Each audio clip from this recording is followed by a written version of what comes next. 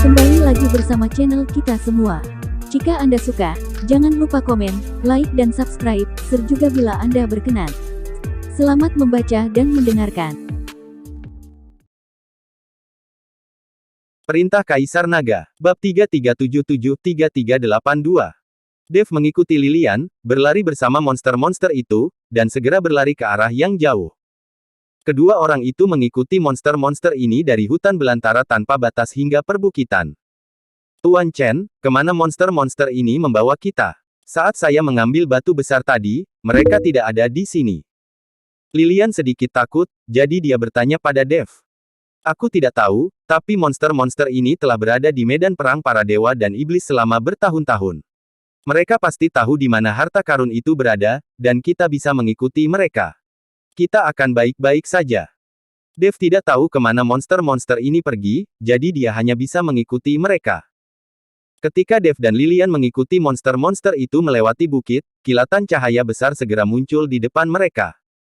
Melihat lebih dekat, mereka menemukan ada senjata di mana-mana, tetapi banyak senjata yang agak rusak.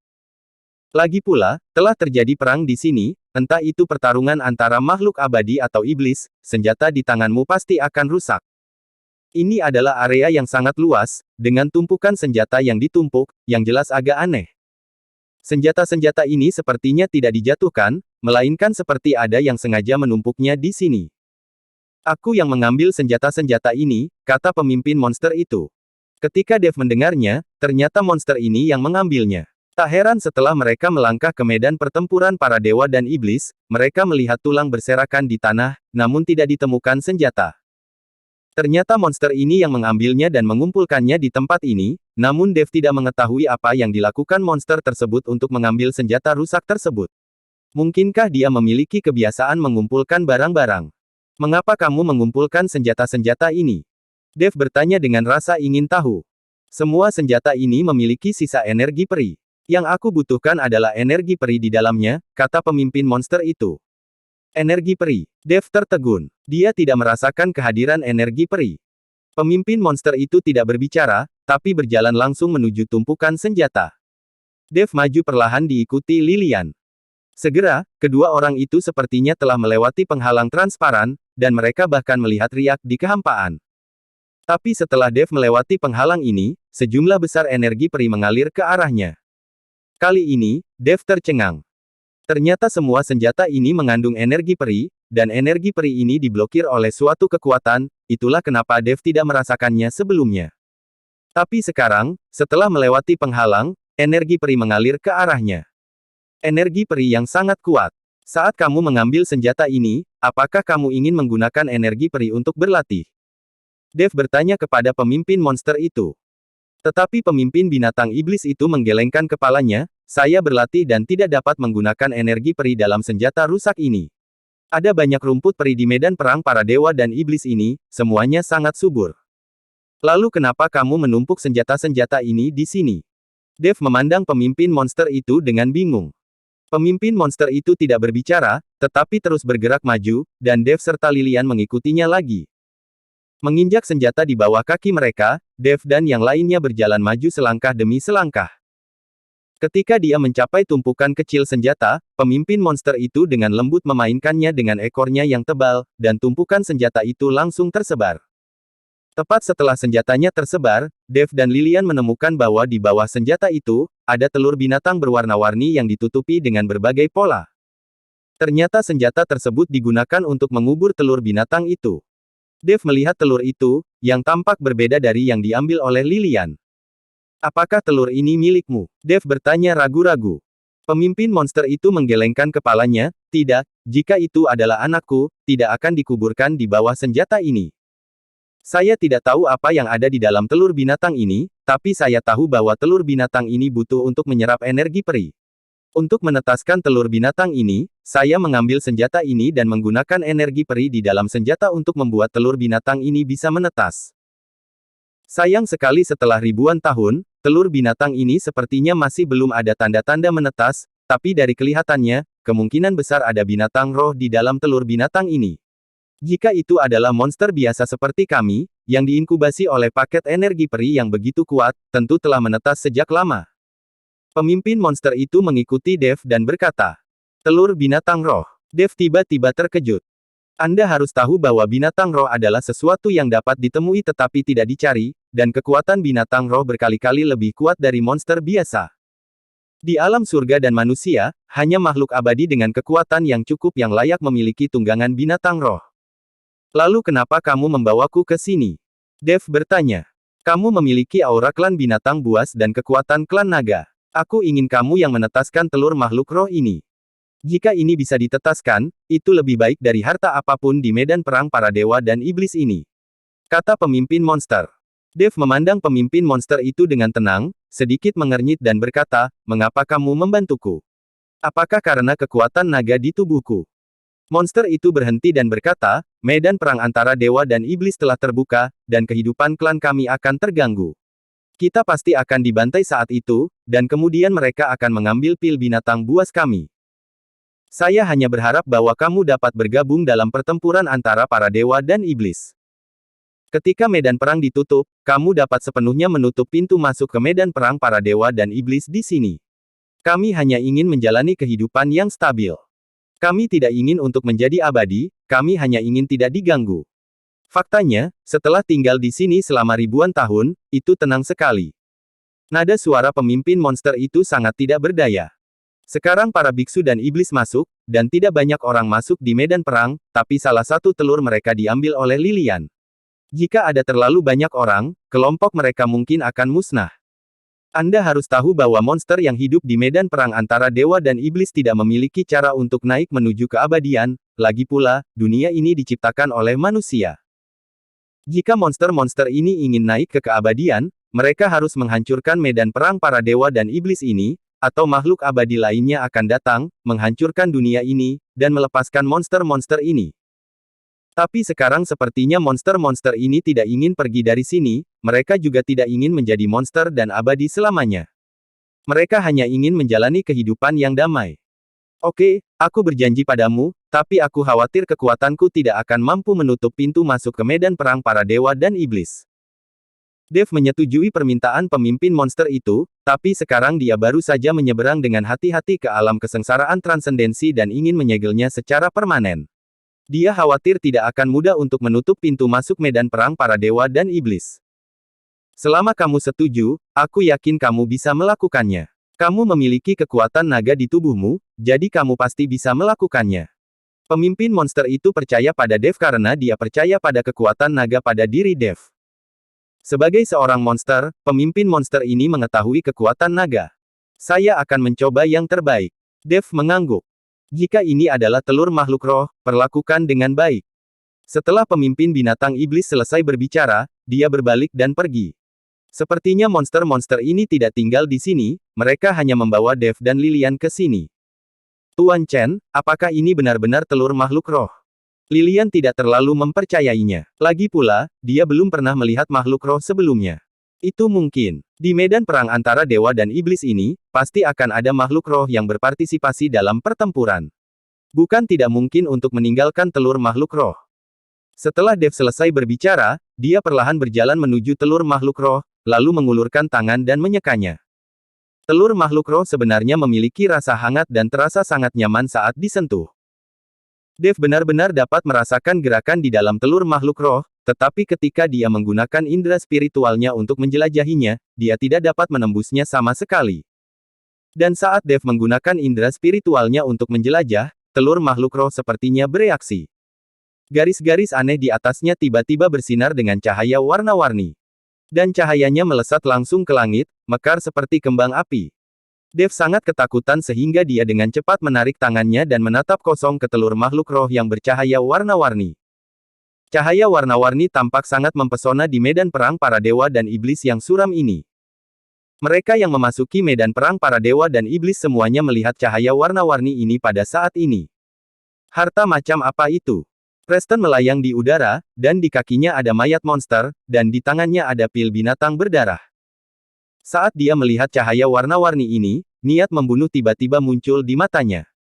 Tidak peduli siapa yang mendapatkan harta ini, Preston akan memperjuangkannya tanpa ragu-ragu. Di medan pertempuran antara dewa dan iblis ini, tidak ada belas kasihan, apalagi emosi. Satu-satunya tujuan mereka adalah mendapatkan harta yang mereka inginkan. Beberapa orang mulai menuju ke arah cahaya. Pada saat ini, tangan Dev telah meninggalkan telur makhluk roh, jadi cahayanya perlahan menghilang. Dev mengerutkan kening, dia tahu bahwa cahaya tadi pasti menarik perhatian orang lain. Dev tidak ingin menarik perhatian siapapun, dia di sini hanya untuk berburu harta karun, bukan untuk bertarung. Tapi sekarang, dia tidak ingin menarik perhatian dan tidak punya pilihan. Tuan Chen, saya pikir Anda harus membawa telur binatang roh ini. Ayo pergi dari sini secepatnya. Seseorang pasti akan segera datang. Lilian melihat sekeliling dan kemudian berkata kepada Dev. Dev mungkin akan pergi dengan membawa telur makhluk roh, tetapi bukankah sayang jika dia tidak menyerap dan menggunakan energi peri yang kuat dari senjata-senjata ini? Setelah berpikir sejenak, Dev menunduk dan mengambil 4 pedang dari tumpukan senjata, lalu memasukkannya ke 4 sudut masing-masing. Keempat pedang ini semuanya rusak, dan Dev tidak dapat mengontrol sebanyak itu sekarang. Kemudian Dev mulai menggambar formasi di bawah 4 pedang panjang, dan serangkaian grafik formasi misterius digambar oleh Dev. Kemudian Dev menghubungkan grafik-grafik ini bersama-sama. Segera, lingkaran formasi besar digambar oleh Dev sendirian. Lilian memandang Dev dengan kaget, dia benar-benar tidak menyangka Dev bisa menggambar formasi sebesar itu. Saat ini, Dev sudah banyak berkeringat, namun dia tetap tidak menyerah dan terus menggambar. Setelah pukulan terakhir formasi selesai, semburan kabut putih segera muncul dari sekeliling, menutupi Dev dan Lilian. Melihat ke bawah dari udara, area ini benar-benar putih, dan tidak mungkin untuk melihat dengan jelas apa yang terjadi di dalamnya. Selain itu, formasi Dev juga memiliki kemampuan untuk memblokir kesadaran spiritual, bahkan jika seseorang ingin menggunakan kesadaran spiritual untuk mendeteksinya, tidak ada yang dapat dideteksi sama sekali. Nona Luo, bantu saya melindungi saya untuk saat ini. Saya akan menyerap energi peri. Ketika penyerapan selesai, kita akan pergi dari sini, kata Dev kepada Lilian. Tuan Chen, jangan khawatir, saya akan berjuang sampai mati untuk melindungi Anda, Lilian mengangguk. Dev dengan cepat duduk bersila, memejamkan mata sedikit, dan tubuhnya mulai dengan cepat menyerap energi peri di sekitarnya. Teknik kondensasi hati bekerja dengan cepat, dan Dev mengeluarkan semua potensinya. Dev tidak punya pilihan lain, dia benar-benar tidak tega berpisah dengan energi peri yang kaya ini. Saat Dev sedang berlatih, seorang pria parubaya muncul tidak jauh dari sana. Pria parubaya itu melihat sekeliling dan sedikit mengernyit. Seharusnya ke arah ini. Tidak mungkin salah. Kenapa aku tidak bisa melihatnya? Pria parubaya itu jelas sedang mencari berkas cahaya berwarna-warni tadi dan ingin melihat harta karun apa itu, yang memancarkan cahaya yang begitu menyilaukan. Pria parubaya itu melompat, melayang di udara, dan kemudian melihat sekeliling. Dia menemukan bahwa tidak jauh dari sana, terdapat hamparan kabut putih yang sangat luas, kabut tersebut berkumpul dan tidak pernah menyebar, hanya mencakup radius beberapa mil. Melihat pemandangan ini, pria parubaya itu terbang dengan cepat. Saat sebagian kesadaran spiritualnya menyebar, pria parubaya itu menemukan bahwa tidak ada orang lain di sekitarnya. Namun, ketika kesadaran spiritualnya memasuki kabut putih, tiba-tiba kesadaran itu menghilang tanpa ada umpan balik sama sekali. Apakah ini formasi sihir yang dibuat oleh seseorang? Bahkan kesadaran spiritual tidak dapat menembusnya. Pria parubaya itu sedikit mengernyit, lalu mengeluarkan 2 bola hitam dari tangannya, dan melemparkannya ke tanah. Bolanya meledak, dan 2 serigala lapar keluar dari asap hitam. Di bawah komando pria parubaya, 2 serigala lapar menyerbu menuju kabut putih dengan gigi terbuka. Tapi begitu mereka memasuki kabut putih, mereka mendengar 2 suara, dan kedua serigala lapar itu berhenti bergerak. Pada saat ini, ekspresi pria parubaya menjadi sedikit serius, tetapi pada saat ini, kabut putih tiba-tiba berfluktuasi, dan segera pedang tajam terbang. Mata pria parubaya itu menjadi dingin, dan dia mengayunkan telapak tangannya ke arah pedang tajam itu. Ledakan. Dengan telapak tangan ini, pedang tajam itu hancur berkeping-keping. Tepat ketika pria parubaya itu terkejut, dia menemukan sesosok tubuh telah tiba di depannya, dan kemudian cahaya putih melintas di depannya. Pria parubaya itu mengerutkan kening, dan perisai hitam langsung terbentuk di luar tubuhnya, langsung menghalangi cahaya putih. Pria parubaya itu melihat lebih dekat dan menemukan seorang gadis memegang pedang panjang dan menatapnya. Gadis ini adalah Lilian. Setelah Lilian mengetahui seseorang akan datang, agar tidak mengganggu Dev berlatih, dia memilih untuk segera keluar dari formasi. Pria parubaya itu memandang Lilian dan tidak bisa menahan senyum dan berkata, "Gadis kecil, dengan kekuatanmu, kamu berani menyelinap menyerangku. Kamu benar-benar lelah hidup. Kamu dan aku sama-sama iblis, jadi aku tidak akan membunuhmu. Tapi harta macam apa yang datang dari cahaya warna-warni tadi? Serahkan segera kepadaku." Pria parubaya itu melihat bahwa Lilian juga seorang pembudidaya iblis, jadi dia berencana untuk membiarkannya pergi, selama Lilian menyerahkan harta karun itu. "Jangan pernah berpikir, benda itu milik Tuan Chen, bagaimana bisa diberikan kepadamu?" Mata Lilian membelalak dan dia berkata dengan marah. "Baiklah, gadis kecil, jika kamu tidak makan roti panggangnya, kamu harus minum anggur yang enak. Kalau begitu aku akan membunuhmu terlebih dahulu dan merebut harta karun itu." Setelah mengatakan itu, pria parubaya itu tiba-tiba melambai telapak tangannya, dan kabut hitam mengerikan muncul langsung dari tubuhnya, lalu berubah menjadi ular piton hitam raksasa dan menyerang Lilian. Wajah Lilian sedikit berubah saat dia melihat ini, dan dia buru-buru mengayunkan pedang panjang di tangannya, dan cahaya pedang melesat ke langit. "Nona Luo, cepat kembali." Saat ini, suara Dev terdengar di telinga Lilian. "Anda harus tahu bahwa pria parubaya ini berada di alam kesengsaraan transendensi tingkat 6, sedangkan Lilian hanya berada di alam kesengsaraan transendensi tingkat kedua. Ada perbedaan yang sangat besar. Bagaimana dia bisa menjadi lawannya?" Mendengar suara Dev, Lilian ingin mundur ke dalam formasi, tapi sudah terlambat, ular piton raksasa hitam telah tiba di depan Lilian. Lilian panik. Tepat ketika dia bingung, 3 sinar cahaya tiba-tiba keluar. Ketiga sinar cahaya ini langsung menembus ular piton raksasa hitam tersebut. Piton raksasa hitam pekat itu seketika berubah menjadi kabut hitam karena agresivitas ketiga sinar cahaya tersebut dan perlahan menghilang. Lilian melihat dan menemukan bahwa 3 sinar cahaya sebenarnya adalah 3 pedang panjang, yang semuanya merupakan pedang yang digunakan oleh Dev untuk mengatur formasi di awal. Lilian mengambil kesempatan untuk mundur ke dalam formasi. Saat ini, Dev sudah membuka matanya dan menatap pria parubaya di luar formasi. "Tuan Chen, tampaknya tempat ini akan menjadi semakin berbahaya, dan banyak orang akan segera datang," Lilian berkata kepada Dev dengan rasa takut yang berkepanjangan. Tentu saja Dev tahu bahwa tinggal di sini sangat berbahaya, tetapi tempat itu penuh dengan energi peri, dan dia benar-benar tidak rela untuk meninggalkannya. Perlahan, kabut putih yang menutupi formasi menghilang, dan sosok Dev dan Lilian terlihat di depan pria parubaya itu. Mata pria parubaya itu memerah saat dia melihat senjata berserakan di tanah. Namun tak lama kemudian, matanya juga tertarik pada telur makhluk roh dengan garis-garis aneh. Melihat Dev hanyalah biksu yang baru saja memasuki alam kesengsaraan transendensi, pria parubaya itu merasa sangat lega. "Kalian berdua, keluar sekarang dan serahkan semuanya di sini. Aku bisa menyelamatkanmu dari kematian, kalau tidak aku akan menamparmu dan kalian berdua akan mati." Pria parubaya itu mengancam Dev dan Lilian. "Kami tidak akan pernah memberikannya padamu," kata Lilian dengan wajah dingin. Tidak seperti biasanya, Dev menunjukkan ekspresi agak ketakutan dan berkata, "Rekan Tao, kami kebetulan menemukan tempat ini. Kami dapat menyerahkan segalanya kepada Anda, tetapi Anda harus berjanji untuk tidak membunuh kami." Pria parubaya itu melihat Dev sangat menyadari keadaan saat ini, jadi dia mengangguk dan berkata, "Tentu saja.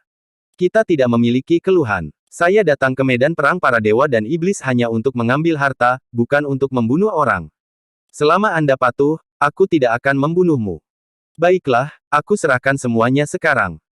Setelah Dev selesai berbicara, dia melirik ke arah Lilian dan berkata, "Ayo pergi, formasi telah rusak, dan kita tidak bisa menghentikan dia sama sekali."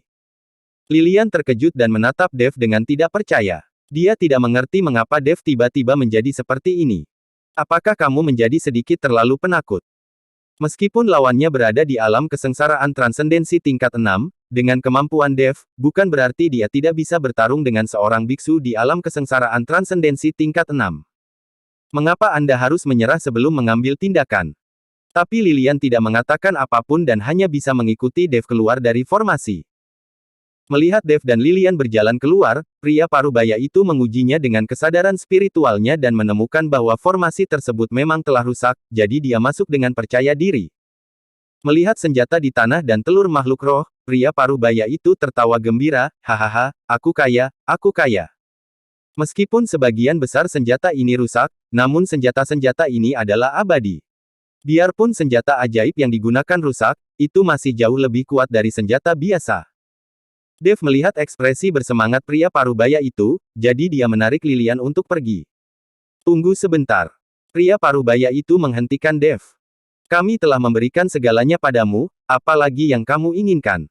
Dev bertanya pada pria parubaya itu. Bagaimana? Pria parubaya itu mencibir, tentu saja aku akan membunuhmu. Ada terlalu banyak barang di sini. Jika aku mengambilnya, itu akan memakan waktu. Kalian berdua tahu tempat ini. Jika aku membiarkan kalian berdua pergi, bukankah yang lain juga akan mengetahuinya dari kalian?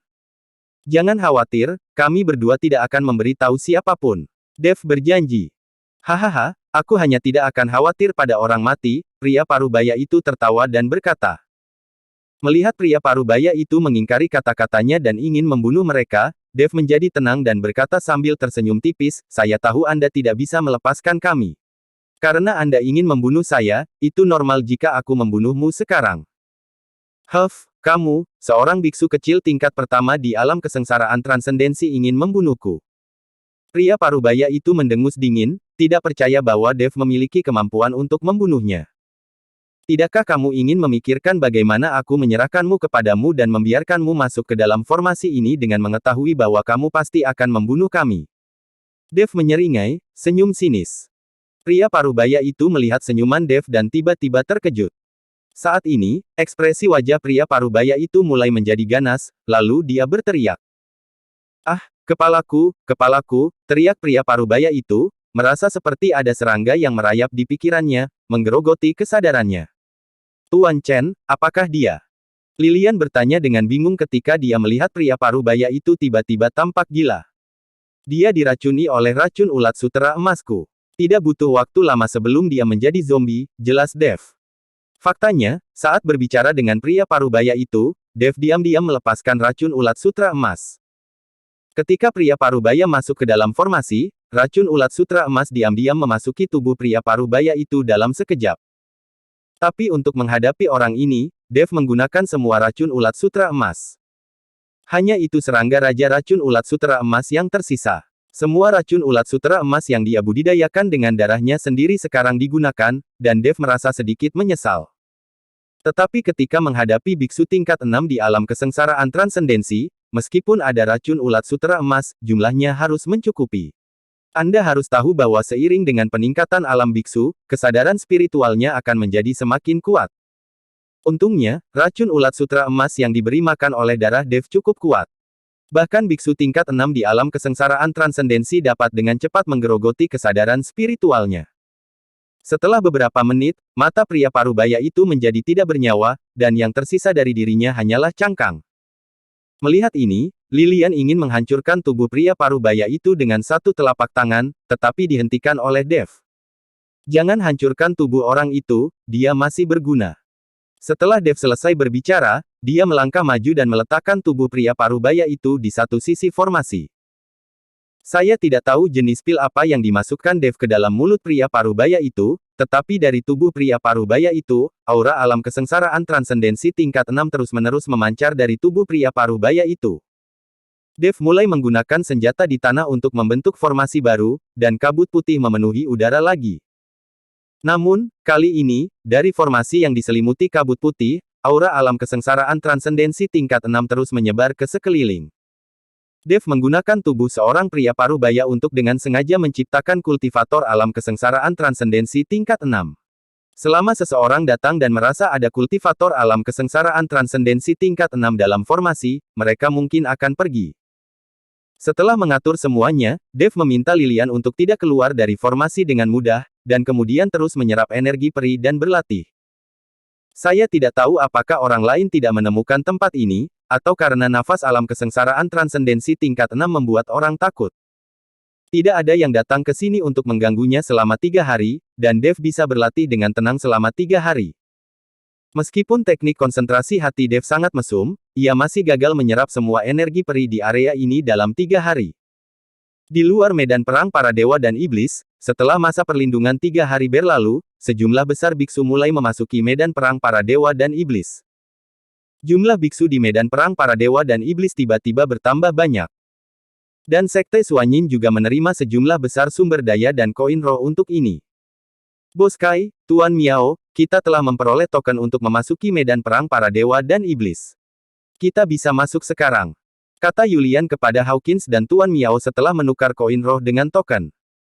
Token kelompok mereka yang terdiri lebih dari selusin orang semuanya diperoleh oleh Yulian sendiri dengan membayar dengan koin roh. Bagaimanapun, Yulian tidak kekurangan koin roh, dan Dave juga menjelaskan bahwa Yulian dan Helena bertanggung jawab atas token semua orang. Tuan Muda Ji, terima kasih banyak. Semua orang mengikuti Yulian untuk mengucapkan terima kasih. Kamu tidak perlu berterima kasih padaku. Ini yang telah dijelaskan oleh Tuan Chen. Poin lainnya adalah setelah memasuki medan perang para dewa dan iblis, itu akan jatuh secara acak di mana saja, jadi meskipun kita masuk bersama-sama, kita mungkin akan terpisah. Saya di sini memiliki beberapa slip giok transmisi suara. Setiap orang harus membawanya. Jika ada keadaan darurat, kita dapat saling memberi kabar.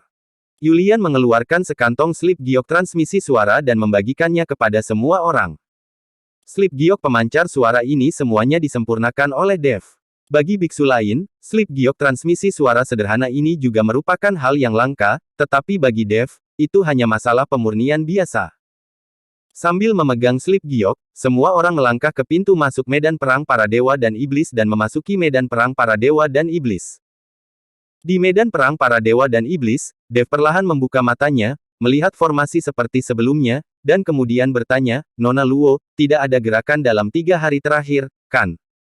Tidak ada gerakan di luar formasi, tapi telur makhluk roh ini tampaknya telah bergerak dengan sendirinya.